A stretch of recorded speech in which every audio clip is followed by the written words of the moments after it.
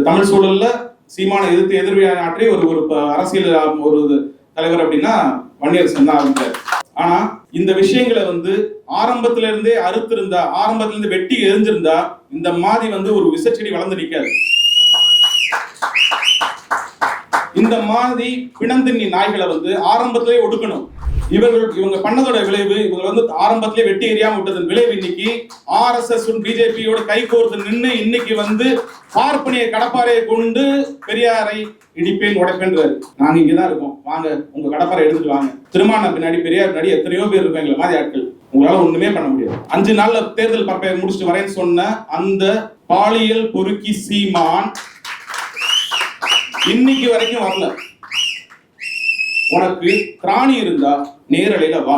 நீ சொன்ன 16 ஆண்டு காலம் நீ அந்த ஈழத்தமிழர்கள் மேலேயும் அந்த போராளிகள் மேலேயும் அந்த பிணங்கள் மீது நீ செய்த அந்த பொய்யினால் கட்டமைச்சிருக்கேன். இன்னைக்கு ஒரு 30 லட்சம் வாக்கு வாங்கியிருக்கேன், 8% வாக்கு வாங்கி அங்கீகரிக்கப்பட்ட அரசியல் கட்சி ஆகிறேன். அதை உடைக்கிறதா எங்க வேலை. என்னுடைய வாழ்க்கையில நான் பார்த்து அனுபவங்கள்ல இருந்து நான் திருமாவளவனை பேசணும்னு நினைக்கிறேன். நான் 2 நபர்களை தான் நான் வந்து தலைவர் அப்படின்னு நான் குறிப்பிட்டிருக்கேன் என்னோட வாழ்க்கையில. ஒண்ணு தமிழீழ தேசிய தலைவர் மேதகு பிரபாகரன் அவர்கள், 2வது எழுச்சி தமிழர் தொல்காப்பியர் திருமாவளவன் அவர்கள். அதை நான் எப்பயுமே ரொம்ப ப்ரௌடா சொல்லுவேன். நான் திருமாவளவன் அவர்கள் அனைவருக்குமான தலைவர். இன்னைக்கு அவர் வந்து ஒரு தலித் தலைவர், பறையர் தலைவர் அப்படின்னு குறுக்க நிற்கிற சனாதன RSS அடிவர்களோடு சேர்ந்த சில வாட்ஸ்அப் கட்சிகள் கேந்திரங்கள புதுசா அவங்க எல்லாருக்குமானது என்னன்னா, இப்படி ஒரு ஆளுமையா நம்மளால இருக்க முடியலையே, இப்படி நம்ம வந்து இந்த தமிழ் சூழல்ல ஒரு ஆட்சி அமைக்க முடியல, இப்படி ஒரு கட்சி இருக்க முடியலையே, இப்படி ஒரு கட்டுக்கோப்பான ஒரு சிறுத்தைகளோட ஒரு தொண்டர்களை படையனா வச்சிருக்க முடியலையேன்ற அந்த வைத்தறிச்சலையும் இயலாமையிலையும் ஆற்றாமையிலையும் பொறாமையிலையும் பேசக்கூடியதான் இந்த ஐசோலேஷன் பாலிடிக்ஸ். அவரை வந்து ஐசோலேட் பண்ணி தலித்துகளுக்கான தலைவர் அப்படின்னு குறிப்பிடுறது. இந்த ஐசோலேஷன் பாலிடிக்ஸ்லாம் எதுலையுமே வராதவர் தான் அண்ணன் திருமாவளவன். நான் முறையா 92-94 தான் வந்து திருமாவளவனை பத்தி தெரிஞ்சுக்க ஆரம்பிக்கிறேன். என்னோட ஊர் மதுரை, என்னோட பூர்வீக மதுரை. அப்பா வந்து ஒரு கோர் கலைஞருடைய டைஹார்ட் ஃபேன். அவர் அடிப்படையாக ஒரு கம்யூனிஸ்டவாதி. அவர் வந்து ஒரு தொழிற்சங்கத்தில் இருக்கும்போது சிஐடியில் இருப்பார். ஆனால் வந்து ஓட்டு வந்து கலைஞருக்கு தான் போடுவார். அவர் அந்த ஃபேமிலியில வரும்போது அவர் வந்து எல்லா கூட்டங்களுக்கும், மதுரையில் நடக்கக்கூடிய கூட்டங்களுக்குலாம் கூட்டிட்டு போவாரு. அந்த மேடைகள்லாம் ரொம்ப பெருசா இருக்கும். மேலமாசீதியில வந்து ஒரு கூட்டம் நடந்துச்சுன்னா அங்க வந்து எவ்வளவு கூட்டம் வரும்னு மதுரை சேர்ந்தவங்களுக்கு தெரியும். எல்லா கட்சிகளும் மதுரையில மேலமாசீதியில ஒரு கூட்டத்தை போடாம இருக்கவே மாட்டாங்க. அப்படி அந்த மாதிரியான ஒரு பிரம்மாண்டமான கூட்டம், இலக்கியம் சார்ந்த பேச்சு, அந்த பேச்சே வந்து நமக்கு வந்து அவ்வளவு வந்து வசீகரிக்கிற மாதிரி இருக்கும். வைகோண்ண கலைஞரையா அவர்கள்லாம் பேசுறதெல்லாம் பார்க்கும்போது. அப்படி இருக்கும்போது என்னோட மதுரையில என்னோட மாப்பாளையம் சொல்ற பகுதியில வந்து ஒத்தப்பட்டின்னு ஒரு எல்லாம் முதல்ல வந்து நான் வந்து திருமாவளவனோட ஸ்பீச்சை கேட்கிறேன்.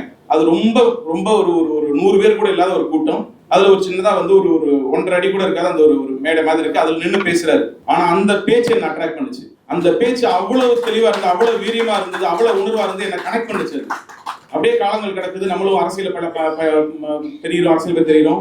ஒரு கட்டத்துல தமிழ்ல விடுதலை போராட்டத்தின் மேல ஒரு ஈடுபாடு வந்து அதன் மூலியமா வன்னியனை தொடர்பெடுத்து திருமாவளவனை நேரடியாக சந்திக்க துவங்கும் போது அந்த நட்பு கிட்டத்தட்ட ஒரு 25 ஆண்டுகளுக்கு மேல ஆயிடுச்சுன்னு நினைக்கிறேன்.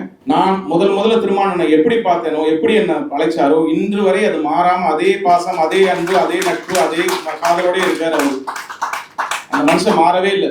அவர் வந்து இந்த வாக்கு அரசியலுக்கோ, இந்த சீட்டுகளுக்கோ, இந்த பதவிகளுக்கோ அவர் ஒரு நாள் இன்னைக்கு நினைச்சா கலைச்சு போட்டு போயிட்டே இருப்பாரு. கலைச்சு போட்டு கிளம்பி போயிட்டே இருப்பார். மறுபடியும் கட்சி ஆரம்பத்துல இருந்து ஆரம்பிச்சு அமைப்பா திறந்து ஆரம்பிச்சிருவாரு.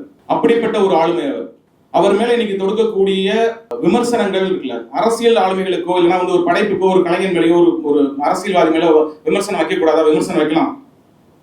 பெரியார் சொல்றாரு, என்ன விமர்சின்றார், நானே சொன்னாலும் அதை கேட்டுக்காத, அதை நீயே புரிஞ்சு நடந்து கொண்டாரு. திருமாவளவனும் அதே தான். திருமாவளவன் விமர்சனத்துக்கு அப்பாற்பட்டவர் கிடையாது.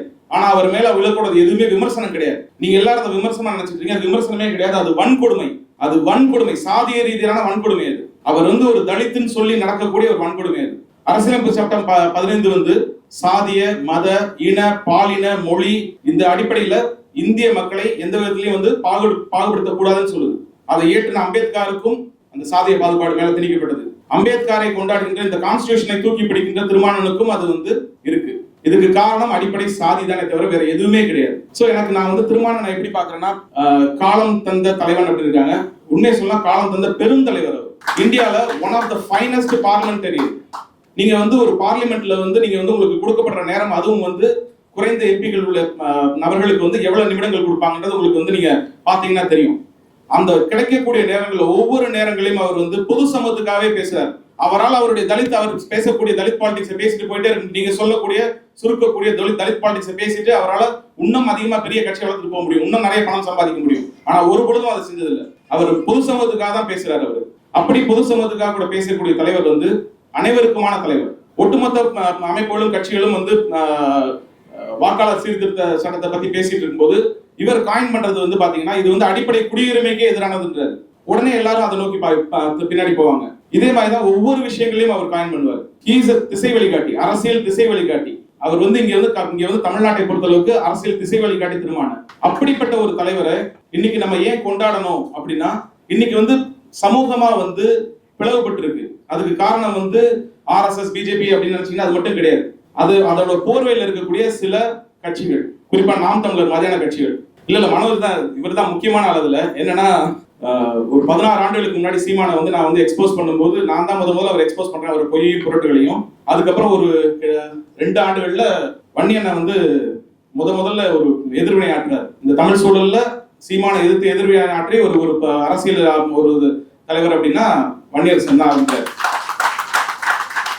அன்றைக்கு. அதுக்கப்புறம் பாத்தீங்கன்னா அவரை பெருசா யாரும் வந்து அவர் வந்து எதிர்த்து களமாடல. அதுக்கப்புறம் இந்த சோசியல் பிளாட்ஃபார்ம் வந்ததுக்கு அப்புறம் minor, YouTubers minus Manoj, Milton, Karikalan, இப்படி வந்து எவ்வளவு பேர் வந்து செய்யறாங்க. ஆனா இந்த விஷயங்களை வந்து ஆரம்பத்துல இருந்தே அறுத்திருந்தா, ஆரம்பத்துல இருந்து வெட்டி எரிஞ்சிருந்தா இந்த மாதிரி வந்து ஒரு விசச்செடி வளர்ந்து நிற்காது. இந்த மாதிரி பிணந்தின்னி நாய்களை வந்து ஆரம்பத்திலே ஒடுக்கணும். அது ஆரம்பத்திலே ஒடுக்காம விட்டது பெரியார் அமைப்புகளுடைய பெரிய தவறு, சிறுத்தைகளோட பெரிய தவறு. அதெல்லாம் இவர் தான் முதல்ல கிறிஸ்து கூட்டிட்டு கொண்டு விட்டது இவரும் குளத்தூர் மணியன் தான்.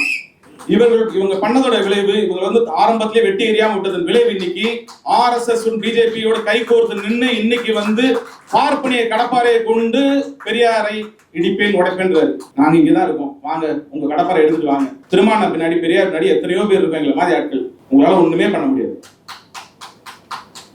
சீமான் மாதிரியான ஆட்கள் வந்து அப்புறப்படுத்த வேண்டிய ஆட்கள், இந்த அரசியல் தளத்திலிருந்தே அப்புறப்படுத்த வேண்டிய ஆட்கள். காரணம் என்ன அப்படின்னா, சரியா இன்னைக்கு பிப்ரவரி 13 தமிழக தேசிய தலைவர் மேதகு பிரபாகரன் அவர்களை சீமான் சந்தித்த நாள் இன்று. ஆமா, 2008ஆம் ஆண்டு சீமான் சந்தித்த நாள் இன்று.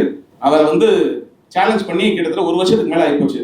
தயவுசெய்து நீங்களும் மனோஜ் உங்க செல்வாக்கை பயன்படுத்தி கூப்பிடுங்க அவரை. சரியா வந்து ஜனவரி 28, 2025 கார்த்திக் சிவனோட நியூஸ் 18 தமிழ்நாடுல வந்து கொடுத்த நேர்காணல நான் சேலஞ்ச் பண்ணியிருந்தேன் அவரை.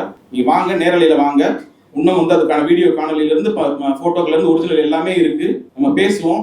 எதெல்லாம் நீங்க வந்து போய் இப்ப உண்மைன்னு சொல்றீங்களோ அதெல்லாம் வந்து பிரேக் பண்ணுவோம். அதுக்கான ஆதாரங்கள் உயிரோட இருக்காங்க. ஒவ்வொரு நாடுகளிலும் ஸ்விஸ், கனடா, ஜெர்மனி, டென்மார்க் போன்ற நாடுகள் இருந்து நேரலையில வந்து பேசுறதுக்கு தயாரா இருக்காங்க. அண்ணன் வாங்கண்ணே வாங்க, உங்களுக்காக நாங்க காத்துட்டு இருக்கோம். 5 நாள்ல தேர்தல் பரப்பை முடிச்சுட்டு வரேன்னு சொன்ன அந்த பாலியல் பொறுக்கி சீமான் இன்னைக்கு வரைக்கும் வரல. உனக்கு திராணி இருந்தா அரசியலுக்கு, அதான் சயின்ஸுக்கே ஒரு ஒவ்வாத ஒரு விஷயத்த சொல்லுவாங்க அவங்க கட்சியில எல்லாருமே, ஒருத்தருக்கு பிறந்தது அப்படின்னு. அது வந்து அறிவியலுக்கே ஒரு புறம்பான ஒண்ணு. ஒருத்தருக்கு தான் பிறக்க முடியும், அவங்களோட அறிவு அவ்வளவுதான். நான் எங்களோட மொழியில சொல்றேன், எனக்கான மொழியில சொல்றேன். உனக்கு திராணி இருந்தா நேரலையில வா. நீ சொன்ன 16 ஆண்டு காலம் நீ அந்த ஈழத்தமிழர்கள் மேலேயும் அந்த போராளிகள் மேலேயும் அந்த பிணங்கள் மீது நீ செய்த அந்த பொய்யினால் கட்டமைச்சிருக்கேன். இன்னைக்கு ஒரு 30 லட்சம் வாக்கு வாங்கியிருக்கேன், 8% வாக்கு வாங்கி அங்கீகரிக்கப்பட்ட அரசியல் கட்சி ஆகிறேன்னு. அதை உடைக்கிறதா எங்க வேலை. அதை செஞ்சுக்கிட்டே இருப்போம். இன்னைக்கு திருமாவளவன் பேசுறதுக்கு நிறைய பேர் இருக்காங்க. நான் இதே பேசுறதுக்கு தான் மெயினாவே வந்தது. ஏன்னா 2-3 கூட்டங்களுக்கு முன்னாடியே வந்து நான் வந்திருக்கணும்னு நினைச்சிட்டே இருந்தேன். எனக்கு கொஞ்சம் உடல் ரீதியான பிரச்சனை வர முடியாம போச்சு. மனோஜ் இனிமேல் கூப்பிட்டீங்கன்னா நான் வரேன் மனோஜ். அண்ணனுக்கு நம்ம தான் செய்யணும். இருக்கிற கூட்டத்தோட நானும் ஒருத்தர் இருக்கேன். அதனால அண்ணன் நைட்டு தூங்க நிம்மதியா, சரியா? திருமாவளவனோட குறித்து கடைசியா பேச வேண்டிய ஒரே விஷயம்னா, ஏன் மனோஜ் மாதிரியான தோழர்கள் வந்து பெரியார் அமைப்பிலிருந்து வந்தக்கூடிய தோழர்கள் வந்து இன்னைக்கு திருமாவளவனோட நிக்கிறாங்க அப்படின்னா, அதற்கு காரணம் இன்றைக்கு நாம் இருக்கக்கூடிய சூழல். அது மட்டும் கிடையாது, திருமாவளவன் எடுத்து பேசக்கூடிய அரசியல், மார்க்சிய, அம்பேத்கரிய, பெரியாரிய கருத்துகள், இதை ஒரு சேர பேசக்கூடிய ஒரு தலைவர் திருமாவளவன் அவர்கள். திருமாவளவன் அதே நேரத்துல தமிழ் தேசியத்தையும் எந்த விதத்திலையும் வந்து கைவிடாம தூக்கி பிடிச்சிட்டு இருக்காரு. இன்னைக்கு புலம்பெயர்ந்த சமூகங்கள்ல இருக்கக்கூடிய ஈழத்தமிழர்கள் ஒரு வெத்து துப்பாக்கி, அட்டை துப்பாக்கி பின்னாடி நிக்கிறீங்க. உண்மையான தமிழீழத்துக்காகவும் உண்மையான தமிழீழ தேசிய தலைவர் மேலையும் அன்போடையும் பாசத்தோடையும் அதே ஒரு காதலோடையும் அந்த ஈழத்தமிழர்களுக்காக இன்னைக்கும் இருக்கிறவங்க பெரியாரிய கருப்பு சட்டைகளும் சிறுத்தைகளும் தான். இன்னைக்கு நான் சொல்றேன், இன்னைக்கு புலம்பெயர்ந்த நாடுகள்ல இன்னைக்கு அவங்க வந்து ஒவ்வொருத்தரோட குழந்தைகளும் அவங்களுடைய வாழ்க்கையை வந்து ரொம்ப வசதியா வாழ்ந்துட்டு இருக்காங்க. முக்கியமான பல தளபதிகளோட குடும்பங்கள், பல பொதுமக்கள் அவங்க எல்லாம் இன்னைக்கு வந்து இருக்கிறதுக்கான காரணம் இங்க உட்கார்ந்துருக்காரு இவர்தான். இவரும் திருமாவளவன் தான். தமிழீழத்தையும் தமிழீழ தேசிய தலைவரையும் தமிழீழ விடுதலை போராட்டத்தையும் யாராவது ஒருத்தர் வந்து கிளைம் பண்ணணும்னா அது இங்க தமிழ்நாட்டில இருந்து பண்ணணும்னா கொளத்தூர் மணியனோ, கோவை ராமச்சந்திரனும், ஆறுசாமி தோழரும், விடுதலை சிறுத்தைகளும், திருமாவளவன் மட்டும்தான், வேற எந்த நாயும் கிடையாது. வைகோ அண்ணனோ நெடுமாறனையாவோ செய்யாத கான்ட்ரிபியூஷனை எவனும் பண்ணிருக்க முடியாது. இவங்கெல்லாம் வந்து 2008க்கு அப்புறம் 2009 முள்ளிவாய்க்காலுக்கு அப்புறம் இனிமேல் வந்து விடுதலை புலிகள்னு ஒரு அமைப்பு இருக்க போறது இல்லை. அதை பத்தி யாரும் வந்து கிளைம் பண்ண போறது இல்லை. நம்ம என்ன வேணாலும் சொல்ல நினைச்சிட்டு இருக்காங்க. இல்ல இருக்காங்க அண்ணன், இருக்காங்கண்ணே, லைவ்ல வரதுக்கு ரெடியா இருக்காங்க. ஓகே. கடைசியாக மார்க்சிய தோழர்களும் பெரியாரிய தோழர்களும் திருமாவளவனுடைய கைகோர்த்து நிற்க வேண்டிய நேரம் இது. அது மிக மிக மிக காலத்தின் அவசியம் இது. ஒவ்வொரு இடங்கள்லயும் வந்து மார்க்ஸை வந்து யாராவது ஒருத்தர் வந்து தாக்கும் பொழுதோ, பெரியாரை யாராவது ஒரு தாக்கும் பொழுதோ முதல் குரலா வரக்கூடியது வந்து தலைவர் திருமாவளவன் குரல் தான்.